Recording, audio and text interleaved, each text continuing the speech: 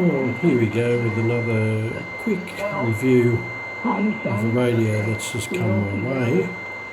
This one is part of a sort of series of Sony receivers that started in the late 1970s and have been manufactured up until probably, I suppose, 10 years ago. This is the Sony ICF-7600 series, and this one is the Model DS. Came out around about 1987.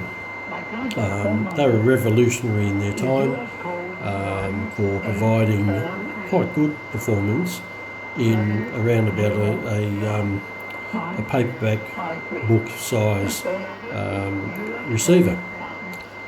Now, they go in quite a number of functions, these particular radios. This one you can see up the top here has got a little clock display, and you can set the display there and the hours and minutes. You've got a standby timer.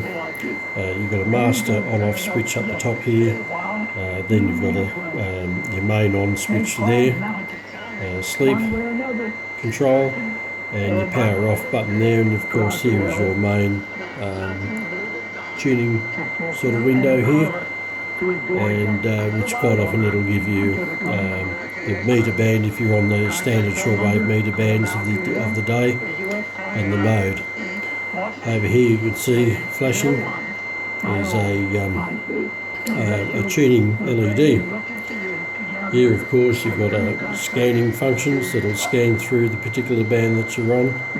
It doesn't stop on strong signals. I think it's up to you to actually stop the scanning process on the signal you want to listen to. You've got manual up and down tuning here, and you've also, with pressing this button and either one or down, you can skip through the major shortwave bands on that one. Here's your keypad, and it's fairly intuitive to use. If you want to listen to a frequency on AM, for example, just hit AM, type the frequency in and hit execute. Likewise, if you want to listen to a frequency on FM, hit FM, type the frequency you want to listen to and then hit execute. There's a fair bit of heterodyne there, and that's a signal from Brother Scare. From the United States. This side we've got slider volume control, we've got a tone control, and here you've got AM mode, which is basically your normal AM setting. You can set it on in the middle position for fine tuning, which is using this fine tuning knob here, or you set it in the upper position there, and it turns the BFO on, and then you can control the BFO again with this fine tuning control here, allowing you to resolve sideband on the back. You've got a time set button there, which you've got to press to set the time. You can toggle between 24 and 12 hour on the clock. You've got your standard time chart there. 2 battery components. This one carries 2 AA cells for the computer battery, the computer power supply, the clock's power supply, and this one 4 AA cells for your actual operation of the radio. Telescopic antenna, of course. Over here you've got external AM antenna. You've got a sensitivity high and low switch there, and you've got a line out switch or tape out switch there, headphone button there, plug there, I beg your pardon, and then of course you've got your DC input there for an external DC power supply. Now the radio performs reasonably well, actually. I'll just tune it to another frequency. We can go, say, to one of my favourite stations, say Radio New Zealand International. We'll just hit the AM 9700, execute. And there we are on Radio New Zealand International. Likewise, we can go 4835, and here we are on the ABC from Alice Springs in Central Australia. And the audio quality is reasonably good, actually. Only one bandwidth, which is a bit of a pity, but then again we're talking about, you know, the 80s technology here, and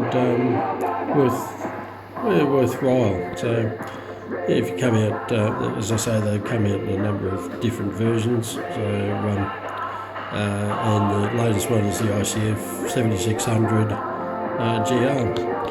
Now, just to compare it, just very, very briefly, with the Grundig G3 Globe Traveller, which I've done a video on in the past. I'll just turn that radio down. This, of course, has got a lot more features in it than the Sony. Main one, of course, being synchronous sideband detection, and you can actually control that. And you can hear that heterodyne whistle very badly on the lower side of that frequency, 7730. Switch to the synchronous upper sideband, and that heterodyne completely disappears. This one, of course, has got a lot, as I said, it's got a lot more features in it. But then again, you know, you're talking 20 odd years difference in technology.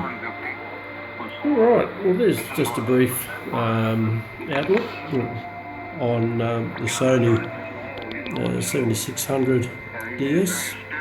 I like the radios, actually. They're a bit of a workhorse, and very, very well made, and worth getting hold of if you come across a good one. Some of the problems, of course, is this clock display here quite often fails.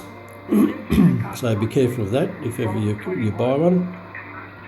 And also the sideband, I'll just turn that Grundig off there, and the sideband can be a bit flaky on these radios, because, as I say, it's just a BFO with fine tuning.